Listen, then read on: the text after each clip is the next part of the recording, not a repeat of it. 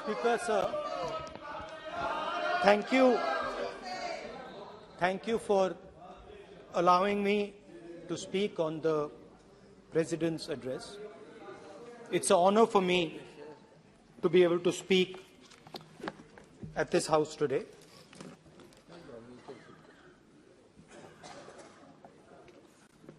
जैसे आप सबको मालूम है, पिछले 4 महीनों में हम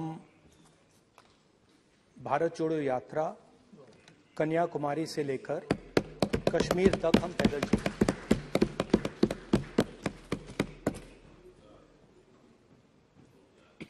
3,600 किलोमीटर तकरीबन। और इस यात्रा पे बहुत कुछ सीखने को मिला। बस बस बस बस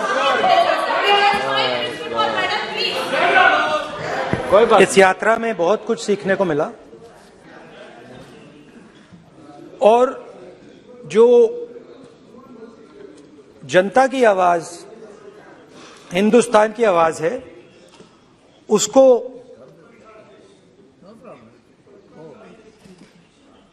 गहराई से सुनने का मौका मिला।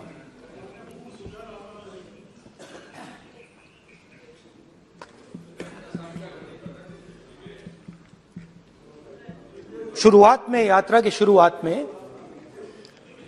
मैंने सोचा था कि 3,500 किलोमीटर चलने हैं और मुश्किल है मगर किया जा सकता है।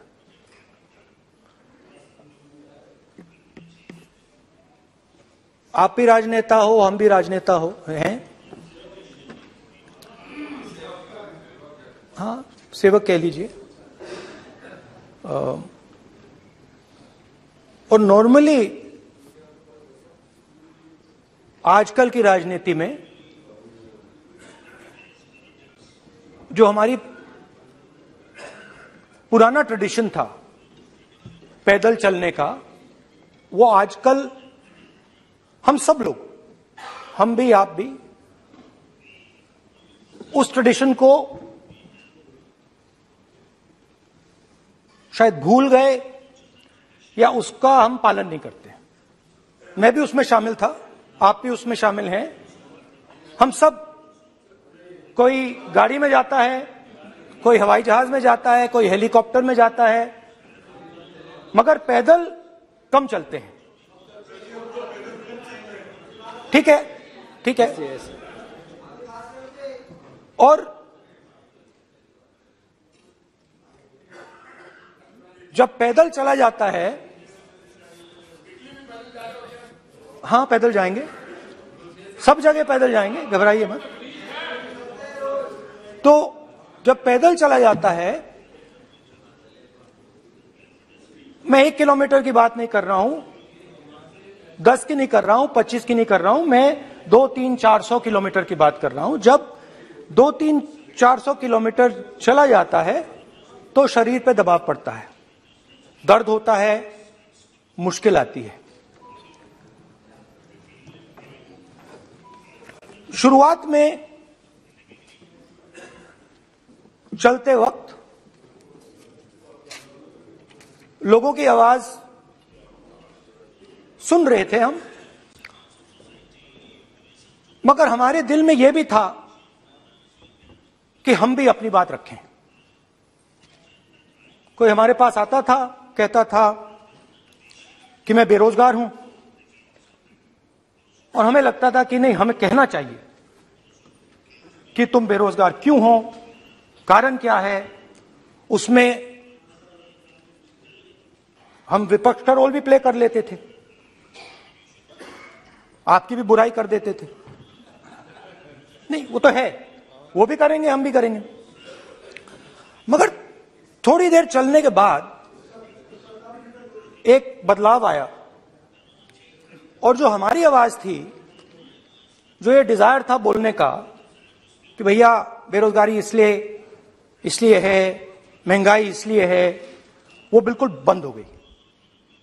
कि हमने इतने लोगों से बात की, मतलब हजारों लोगों से बात की, बच्चों से,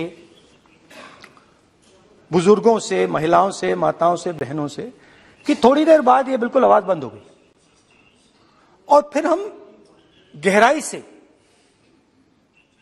और मैं खुल के कह सकता हूं, मैंने तो अपनी जिंदगी में इस प्रकार से कभी पहले सुना ही नहीं था। क्योंकि हम सब में थोड़ा सा अहंकार होता है कि हम ही बता दें, अपनी बात रख दें।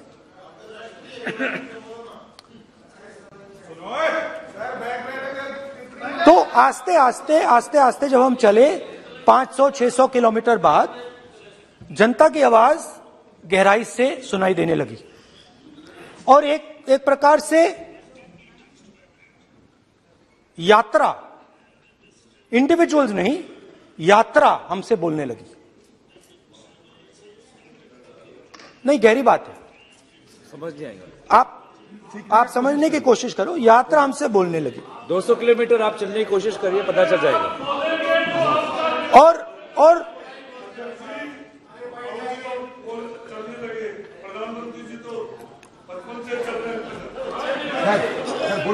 वो चाय बेचने के लिए जाते थे। तो यात्रा बोलने लगी। कोई आता था, कहता था, युवक आता था, कहता था मैं बेरोजगार हूं। हम सवाल पूछते थे, क्या पढ़ा आपने? इंजीनियरिंग की, अब क्या करते हो? कोई कहता था मैं बेरोजगार हूं, कोई कहता था मैं उबर चलाता हूं, कोई कहता था मैं मजदूरी करता हूं। किसान आए हजारों। प्रधानमंत्री बीमा योजना की बात की कि हम पैसा भरते हैं, तूफान आता है, आंधी आती है, पैसा गायब हो जाता है।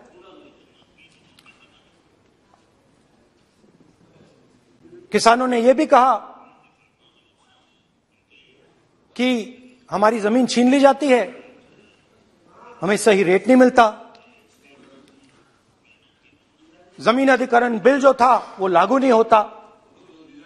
आदिवासियों ने कहा, वनवासियों ने नहीं, आदिवासियों ने, कि जो ट्राइबल बिल में हमें दिया जाता था वो आज छीना जा रहा है।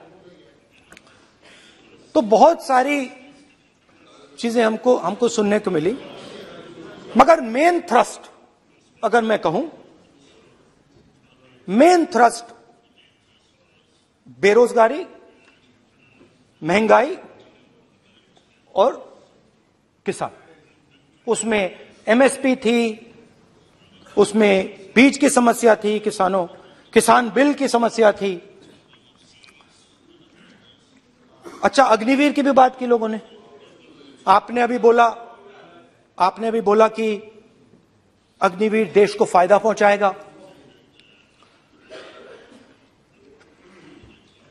मगर हिंदुस्तान का युवा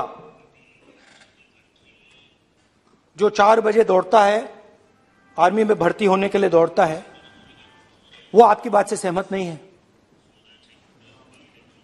उनने हमसे कहा कि पहले हमें 15 साल की सर्विस मिलती थी, पेंशन मिलती थी, अब 4 साल के बाद हमें निकाल दिया जाएगा, कुछ नहीं मिलेगा, पेंशन नहीं मिलेगी।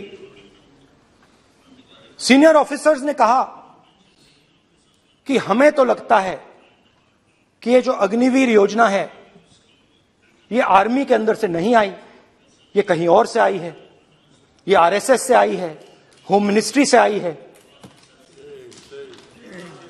ये सीनियर आर्मी के लोगों ने कहा है, मैं नहीं कह रहा हूं, कि हमें लगता है कि ये आर्मी के ऊपर ये योजना थोपी गई है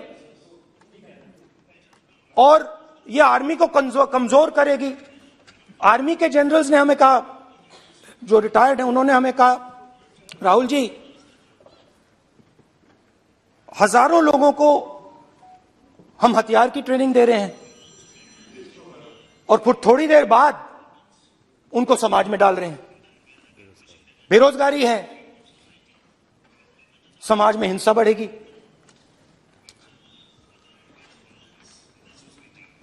तो तो उनके मन में था कि ये जो अग्निवीर योजना जो है, ये आर्मी के अंदर से नहीं आई है। और मुझे नाम भी बताया कि अजीत डोभाल जी ने ये योजना आर्मी पे थोपी है। क्यों नहीं ले सकते? क्यों नहीं ले सकते? बिल्कुल ले सकते हैं, पार्लियामेंट में थोड़ी है वो। क्यों नहीं ले क्यों नहीं ले सकते? क्या बात कर रहे हैं? सर ये तर्क है, बाद में अडानी के लिए भी यही बोलने वाले हैं, फिर ये तर्क है इनका।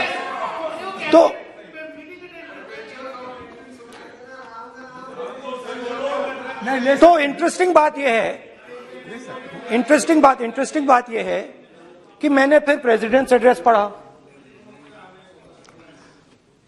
देश के सब युवा अग्निवीर अग्निवीर अग्निवीर अग्निवीर बोल रहे हैं, कह रहे हैं कि ये आर्मी के ऊपर थोपा गया है, हमें नहीं चाहिए। आर्मी के लोग कह रहे हैं हमें नहीं चाहिए। जैसे मैंने कहा, आर्मी को लगता है कि होम मिनिस्ट्री ने इनके ऊपर थोपा है, आरएसएस ने ये उनके ऊपर थोपा है। तो ये आवाजें आ रही हैं। अब मैंने आपका बैठिए, अब बैठिए, कौन सा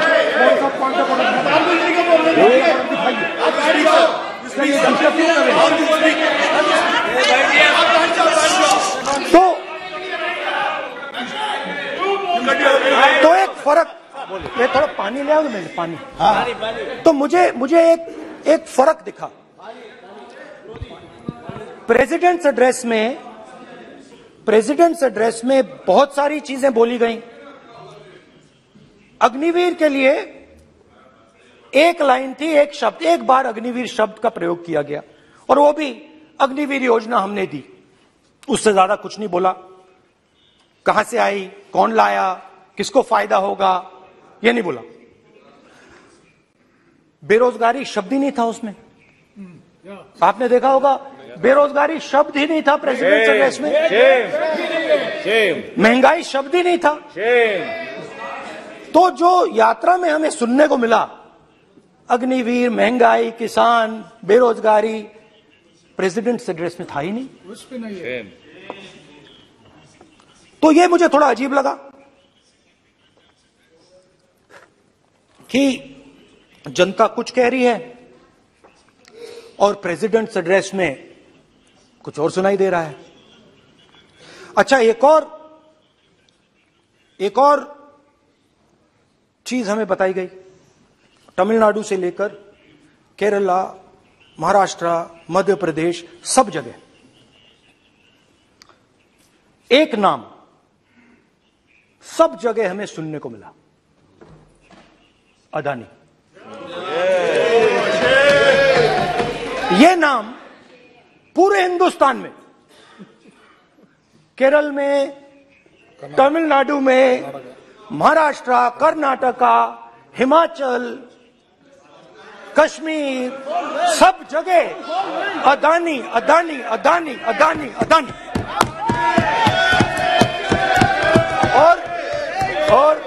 और ये नाम नहीं, और इस नाम के बारे में जब लोग बोलते थे मुझसे, तो 2-3 सवाल पूछते थे। ये पूछते थे कि ये जो अदानी जी हैं, ये किसी भी बिजनेस में घुस जाता है, ये सफलता प्राप्त कर जाता है, ये कभी फेल नहीं होता। और युवाओं ने मुझसे यह सवाल पूछा कि भाई ये हो क्या रहा है, हम भी सीखना चाहते हैं। मोदी जी ने कहा स्टार्टअप करो, हम भी अदानी जी जैसे बनना चाहते हैं। तो भैया किसी भी बिजनेस में घुस जाओ और एकदम सक्सेस हो जाए। यह पहला सवाल था। दूसरा सवाल था कि ये अदानी जी हैं, ये किसी भी बिजनेस में घुस जाते हैं। पहले ये 1-2 बिजनेस करते थे, अब ये 8-10 सेक्टर्स में काम करते हैं। Airports, data centres, cement, solar energy, wind energy, aerospace and defence, consumer finance, renewables, media. तो उन्होंने मुझसे पूछा कि राहुल जी, हाँ वेट करो, वेट। हाँ, धन्यवाद। पोर्ट्स की बात भी थी, पोर्ट्स की बात भी थी।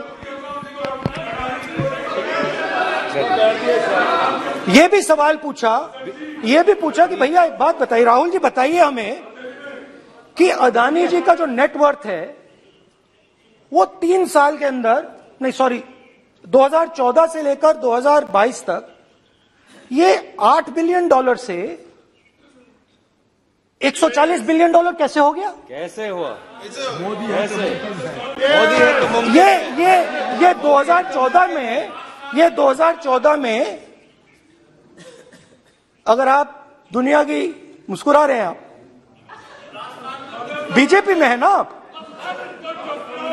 तो ये लिस्ट आती है, एक लिस्ट आती है दुनिया के सबसे अमीर लोगों की।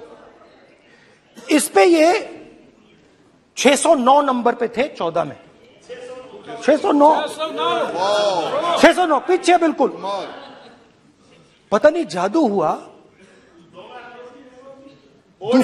दूसरे नंबर पे पहुंच गए। मोदी है तो मुमकिन है।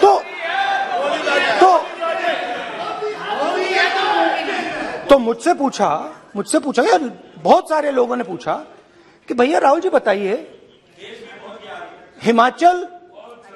हिमाचल में सेब की बात होती है अदानी जी, कश्मीर में सेब की बात होती है अदानी जी, पोर्ट्स की बात होती है अदानी जी, एयरपोर्ट की बात होती है अदानी जी, इंफ्रास्ट्रक्चर, अच्छा हम सड़क पे चल रहे हैं, मैं पूछूं किसने बनाई? अदानी जी। तो लोगों ने यह भी पूछा कि राहुल जी ये जो अदानी जी जो हैं, इनकी सफलता कैसे हुई? ये इतने बिजनेसेस में कैसे घुस गए? इतनी सफलता कैसे प्राप्त हुई? और सबसे जरूरी सवाल, इनका हिंदुस्तान के प्रधानमंत्री के साथ क्या रिश्ता है और कैसा नहीं? देश जानना चाहता है, तो देश जानना चाहता है। ये देखिए रिश्ता, ये देख लीजिए प्लीज पोस्टर माननीय सदस्य पब्लिक में सर, नहीं स्पीकर सर, वो फोटो है सर, वो पोस्टर नहीं है। आप वरिष्ठ सदस्य हैं, प्राइम मिनिस्टर की फोटो है सर, उसके नियम में बहुत नहीं, उनका अच्छा चेहरा सदन ने दिख रहा नियम है। बनाया है। उनके वहां पे उनके पीछे अदानी का लोगो है, अदानी जी के हवाई जहाज में घुस रहे हैं। तो मैंने सोचा कि आज के प्रेसिडेंट्स एड्रेस में मैं थोड़ा जो नरेंद्र मोदी जी का और अदानी जी का रिश्ता है उसके बारे में आपको थोड़ा बता देता हूं। प्लीज बताइए। तो वो आप बता देना।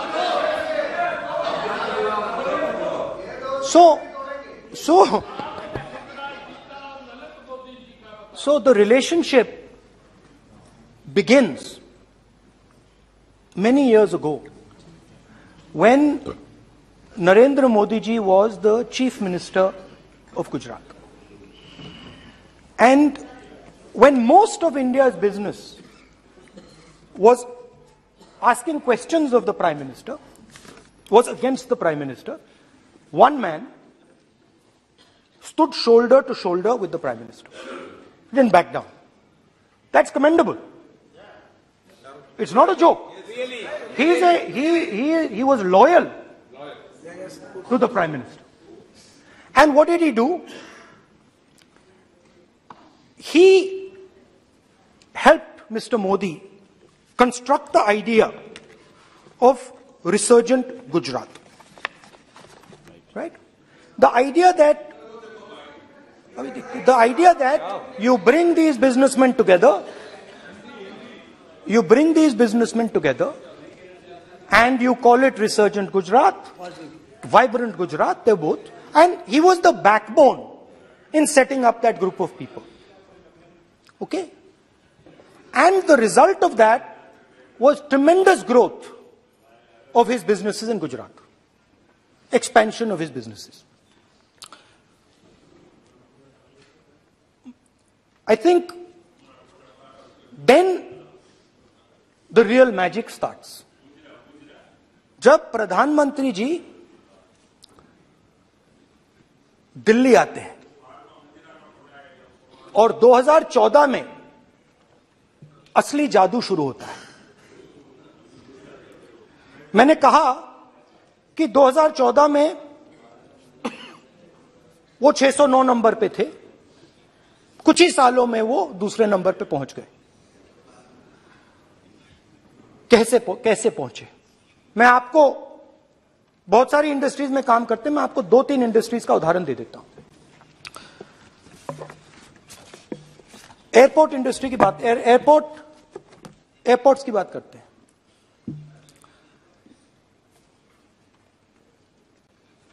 कुछ साल पहले सरकार ने हिंदुस्तान के एयरपोर्ट्स को डेवलप करने के लिए दिया। नियम था, there was a rule that anybody who does not have prior experience in airports cannot be involved in development of these airports. नहीं, गलत नहीं बोल रहा हूं।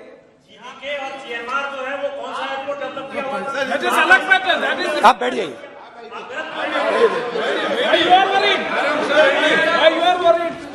अडानी के डिफेंस में आ गए सर। रूल था कि अगर कोई एयरपोर्ट बिजनेस में नहीं था तो वो इन एयरपोर्ट्स को ले नहीं सकता था। इस रूल को हिंदुस्तान की सरकार ने बदला। किसी ने भी बनाया हो रूल था, किसी ने भी बनाया हो रूल था। रूल बनाया किसने बात नहीं है, रूल बदला किसने बात है। रूल बदला गया, किसने किया है?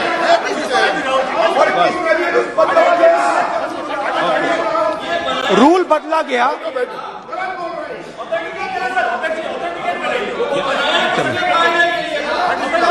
सर पार्लियामेंट्री अफेयर्स चक्कर रहेगा क्या सर? आप पार्लियामेंट्री अफेयर्स मिनिस्टर से रूल को बदला गया। सर बोलने दीजिए। करना चाहिए सर, ऑथेंटिकेट करना चाहिए। चलिए तो ये रूल बदला गया। उस समय मीडिया में इसके बारे में चर्चा हुई थी।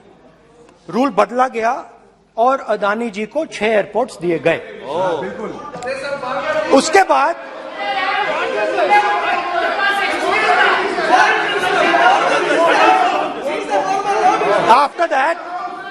after that India's most strategic profitable airport, Mumbai Airport, was taken away by GVK, hijacked by using the agencies. The agencies को CBI, ED का प्रयोग कर GVK पर दबाव डालकर हिंदुस्तान की सरकार ने उस एयरपोर्ट को अदानी जी के हाथों में कर दिया। यही सच है। रिजल्ट क्या आया? रिजल्ट आया कि एयरपोर्ट्स में आज अदानी जी 24% हिंदुस्तान की एयर ट्रैफिक को अपने एयरपोर्ट से निकालते हैं और 31% एयर फ्रेट उनके एयरपोर्ट्स में से निकलता है। अब ये काम हिंदुस्तान की सरकार और हिंदुस्तान के प्रधानमंत्री जी ने फैसिलिटेट किया। अब आपने, जो पिछले स्पीकर थे उन्होंने फॉरेन पॉलिसी की बात की, हम भी फॉरेन पॉलिसी की बात करते हैं। चलिए डिफेंस से शुरू करते हैं। बहुत ऑप्शंस है, आप बताइए कहां से शुरू करें। बिजली, डिफेंस, बहुत ऑप्शंस है। Defence, let us start with defence. अब डिफेंस में अदानी जी का कोई एक्सपीरियंस नहीं था, जीरो एक्सपीरियंस। कल मैंने प्रधानमंत्री को HAL में देखा। प्रधानमंत्री जी ने कहा कि गलत आरोप लगाया, मगर रियलिटी तो यह है कि HAL का जो कॉन्ट्रैक्ट था 126 हवाई जहाजों का, वो अनिल अंबानी को चला गया और अनिल अंबानी बैंकरप्ट हो गया। वहां भी फैसिलिटेशन था। अब देखिए, और ये जो फ्यूचर एंटरप्रेन्योर्स हैं, जो बिजनेस स्कूल हैं, हार्वर्ड यूनिवर्सिटी जैसे स्कूल हैं, इनको इसका केस स्टडी, इसकी केस स्टडी बनानी चाहिए, शायद बने। How to use government power to build individual businesses, case study.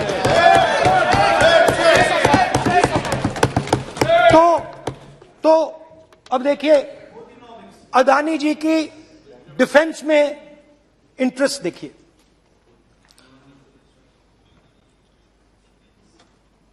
Elbit company के साथ हिंदुस्तान में अदानी जी ड्रोन्स बनाते हैं।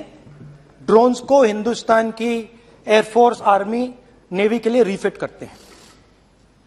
अदानी जी ने यह काम कभी नहीं किया है पहले। एचएएल ये काम करती है। हिंदुस्तान में और भी कंपनीज हैं जो ये काम करती हैं, मगर प्रधानमंत्री जी इजरायल जाते हैं और उसके एकदम बाद अदानी जी को ये कॉन्ट्रैक्ट मिल जाता है, मगर एक नहीं मिलता। ये मत सोचिए कि सिर्फ एक कंपनी की बात हो रही है, ये इंडस्ट्रीज की बात होती है यहां पे। जैसे मैंने आपको दिखाया, एयरपोर्ट का पूरा सिस्टम उठा के ले गए, 30% मार्केट शेयर एयरपोर्ट में ले गए, वैसे ही डिफेंस में करा। तो 4 डिफेंस की इनके पास कंपनीज हैं। यह काम इन्होंने कभी नहीं किया। स्मॉल आर्म्स, जिसमें टवॉर है जो हमारी स्पेशल फोर्सेस यूज करती है, आर्मी यूज करती है, जिसमें गलील स्नाइपर राइफल है, ये सब अदानी जी बनाते हैं। सीधा स्ट्रेट इजरायल में प्राइम मिनिस्टर जाते हैं, प्राइम मिनिस्टर के साथ वहां पे मतलब बीच में पैदल चलते हैं और फिर जादू से पीछे से इंडिया का फर्स्ट कॉम्प्रिहेंसिव एमआरओ मिल जाता है मेंटेनेंस के लिए, जहाजों के मेंटेनेंस के लिए। स्मॉल आर्म्स का बिजनेस मिल जाता है, इजरायली जो ड्रोन्स हैं उसका बिजनेस मिल जाता है। मतलब जो हिंदुस्तान और इजरायल का डिफेंस का रिश्ता है वो पूरा का पूरा अदानी जी के हाथ में चला जाता है, खत्म कहानी। हाँ, उसमें पेगासस भी है, तो पता नहीं वहां से क्या मतलब पेगासस कैसे आया, क्या हुआ, किसने दिया। अच्छा, एक और बड़ी इंटरेस्टिंग चीज है, एक कंपनी है अल्फा डिफेंस, जो डिफेंस इलेक्ट्रॉनिक्स का काम करती है, एवियोनिक्स का काम करती है और बहुत स्ट्रेटेजिक कंपनी है। वो भी अदानी जी के हवाले कर दी गई, अदानी जी ने एक्वायर कर लिया।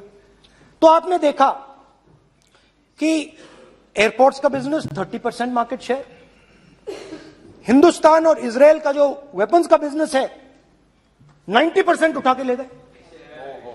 एक विजिट, फॉरेन पॉलिसी, ये है फॉरेन पॉलिसी। चलिए, अब मैंने आपको इजरायल की बात बताई, ऑस्ट्रेलिया चलते हैं। कोयला, ऑस्ट्रेलिया चलिए। ऑस्ट्रेलिया में प्रधानमंत्री जाते हैं।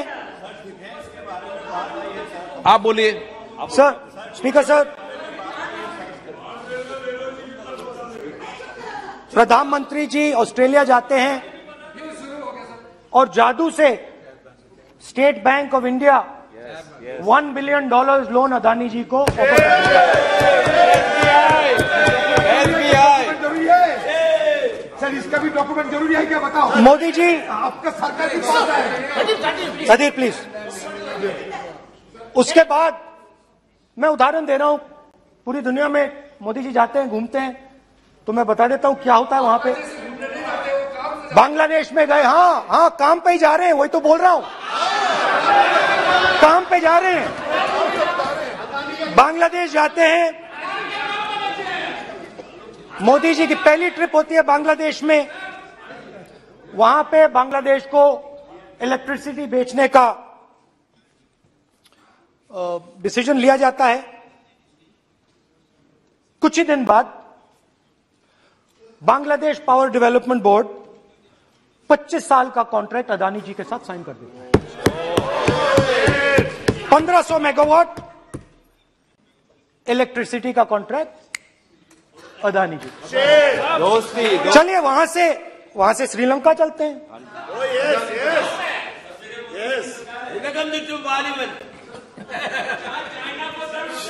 जून 2022 में Chairman of Sri Lanka's Ceylon Electricity Board, MMC Fernando, informed a parliamentary committee in Sri Lanka in open hearing that he was told by President Rajapaksa that PM Modi pressured him to give the wind power project directly to Mr. Adani.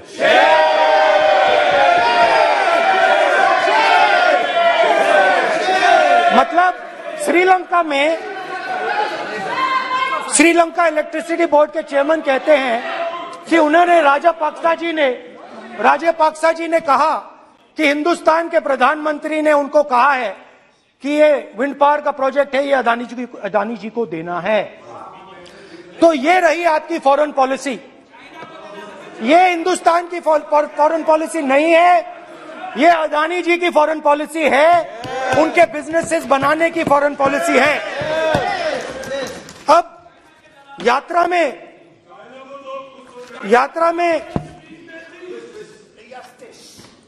में मुझसे 2-3 और सवाल पूछे गए। यात्रा में लोगों ने मुझसे पूछा, राहुल जी ये जो LIC कंपनी है इसका पैसा अदानी जी की मदद करने के लिए क्यों डाला जा रहा है? उन्होंने यह भी पूछा कि अदानी जी के जो शेयर्स हैं बड़े वोलेटाइल हैं, उसमें LIC का पैसा क्यों डाला जा रहा है? तो मेरा कहना है कि एक सेकंड, मेरा कहना है कि अदानी जी की मदद प्रधानमंत्री जी और हिंदुस्तान की सरकार कैसे करती है? हजारों करोड़ रुपए हिंदुस्तान के public sector banks Adani ji को मिलता है। 27,000 करोड़ रुपए SBI, PNB 7,000 crore, bank of Baroda 5,500 crore, ये मैं लिस्ट चलती जाएगी।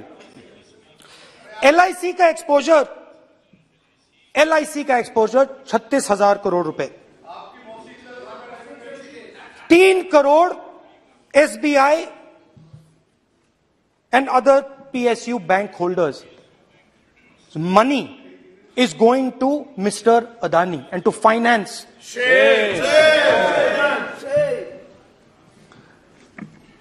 Now, of course, there is another question. तो मदद कैसे हो रही है?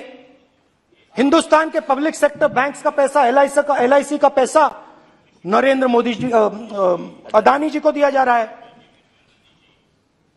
अगर कोई सामने खड़ा हो जाता है, जैसे जीवी के लोग खड़े हुए, ED, CBI एजेंसीज आ जाती हैं, उनको परे कर देती हैं। तेलंगाना में भी एक पोर्ट का उदाहरण था, मगर मेन सवाल और सबसे इंटरेस्टिंग सवाल दूसरा है। कुछ दिन पहले ये हिंडनबर्ग रिपोर्ट आई, उसमें लिखा था कि अदानी जी की हिंदुस्तान के बाहर शेल कंपनीज हैं। ये जो शेल कंपनीज हैं, सबसे पहला सवाल है, ये हैं किसकी? ये किसकी है मॉरिशस में जो शेल कंपनीज हैं? और ये जो हजारों करोड़ रुपया ये शेल कंपनीज हिंदुस्तान में भेज रही हैं, ये किसका पैसा है? और क्या ये काम अदानी जी फ्री में कर रहे हैं? अब मैं ये सवाल क्यों पूछ रहा हूं? क्योंकि अदानी जी स्ट्रेटेजिक बिजनेसेस में काम करते हैं। अदानी जी हिंदुस्तान के पोर्ट्स को डोमिनेट करते हैं, अदानी जी हिंदुस्तान के एयरपोर्ट्स को डोमिनेट करते हैं और जैसे मैंने कहा अदानी जी हिंदुस्तान की डिफेंस इंडस्ट्री में बहुत जरूरी रोल प्ले करते हैं।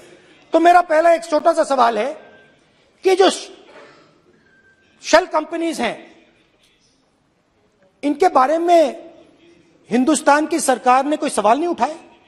ये कौन लोग हैं, ये किनकी कंपनीज हैं?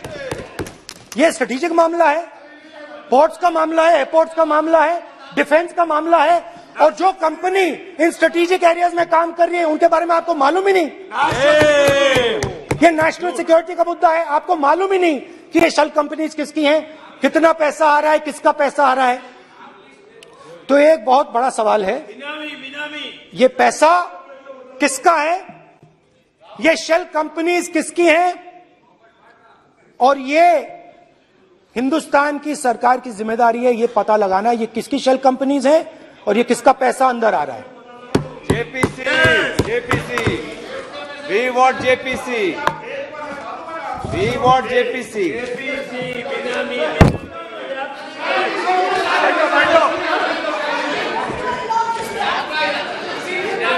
अच्छा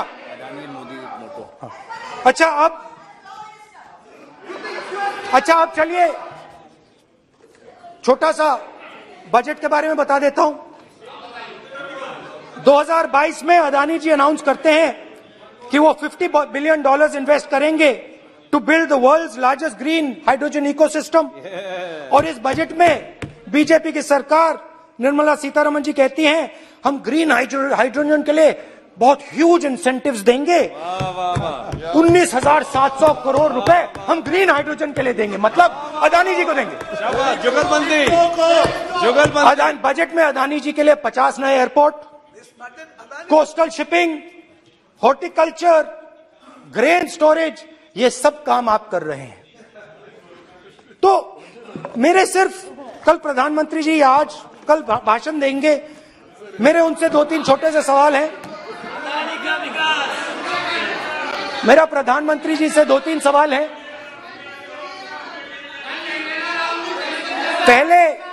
पहले अदानी जी के हवाई जहाज में मोदी जी जाते थे, अब मोदी जी के हवाई जहाज में अदानी जी जाते हैं।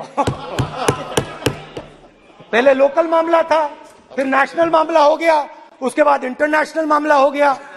अदानी जी के लिए बोरिस जॉनसन का बेटा काम करता है, आपको पता नहीं मालूम है या नहीं मालूम?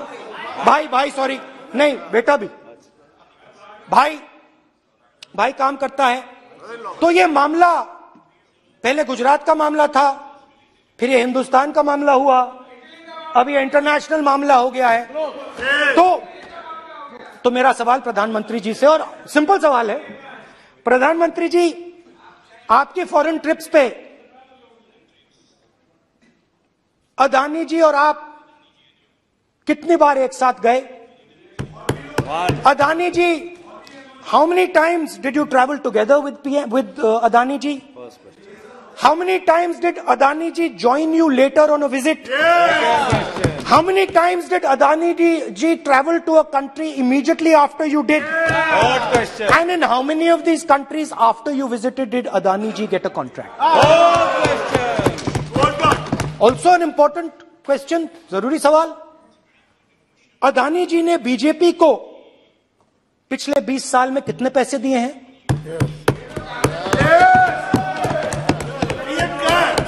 इलेक्टोरल बॉन्ड्स में कितना पैसा दिया है? मैंने आज वो जो युवाओं ने मुझसे सवाल पूछा था कि अदानी जी की इतनी बिजनेस एक्यूमेंट कहां से आई, इतने अलग अलग सेक्टर्स में अदानी जी ने कैसे सक्सेस प्राप्त की, अदानी जी के बारे में पूरी दुनिया को स्टडी करनी चाहिए, हार्वर्ड यूनिवर्सिटी को स्टडी करनी चाहिए कि पॉलिटिक्स के बीच में और बिजनेस के बीच में कैसा रिश्ता होता है। India is a case study and prime minister Narendra Modi should be given a gold medal in this. Now बहुत अच्छी तरह बीजेपी के जो पिछले स्पीकर थे उन्होंने मेरे भाषण को इंकैप्सुलेट किया मेरे लिए बहुत अच्छी तरह। आपने जो मैं सोच रहा था आपने उससे और भी अच्छी तरीके से बोल दिया। Coming together is a beginning, Adani और keeping together is progress, working together is success. Adani ji and Narendra Modi ji, thank you.